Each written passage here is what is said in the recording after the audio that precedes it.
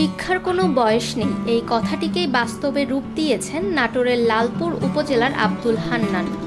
বয়স ৪৫ ছুঁয়েছে, তবুও থেমে থাকেননি শিক্ষা অর্জনের পথ চলায়। এবার ২০২৫ সালের এইচএসসি পরীক্ষায় অংশ নিয়েছেন তিনি। অবাক করা বিষয় হলো, তার মেয়ে হালিমা খাতুনও একই সঙ্গে ভিন্ন কলেজ থেকে এইচএসসি পরীক্ষায় অংশ নিয়েছেন।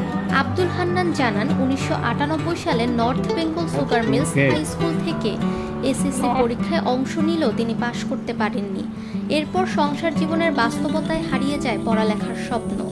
দীর্ঘ ২৫ বছর পরে ২০২৩ সালে তিনি রুইগাড়ী উচ্চ বিদ্যালয় থেকে এসএসসি পাশ করেন, তাও আবার গোপনে ভর্তি হয়ে মেয়ের সঙ্গে পরীক্ষা দিয়ে। আর এই সাফল্যে এলাকায় ব্যাপক আলোড়ন সৃষ্টি হয়। চায়ের দোকান চালিয়ে সংসার টানলেও লেখাপড়ার প্রতি আগ্রহ কমেনি কখনো।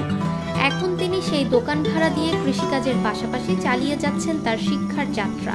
বর্তমানে তিনি বাঘা কাকরামারি কলেজ থেকে এবং মেয়ে হালিমা খাতুন গোপালপুর ডিগ্রি কলেজ থেকে এইচএসসি পরীক্ষা দিচ্ছেন। ভবিষ্যৎ পরিকল্পনার কথা জানিয়ে আব্দুল হান্নান বলেন, স্বপ্ন আছে আমি আর আমার মেয়ে একসাথে মাস্টার্স পর্যন্ত পড়াশোনা করব। আব্দুল হান্নান লালপুর উপজেলার গোপালপুর পৌরসভার নারায়ণপুর গ্রামের মৃত লাল মিয়ার ছোট ছেলে।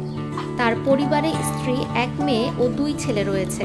সংসার সামলে পড়ালেখা চালিয়ে যাওয়ার এই উদাহরণ আজ অনেকের কাছেই অনুপ্রেরণার নাম। একই সঙ্গে একসাথে শিক্ষার আলোয় এগিয়ে চলা এই বাবা মেয়ে যেন প্রমাণ করলেন, শেখার কোনো বয়স নেই, শুধু থাকতে হয় ইচ্ছা শক্তি আর চেষ্টা।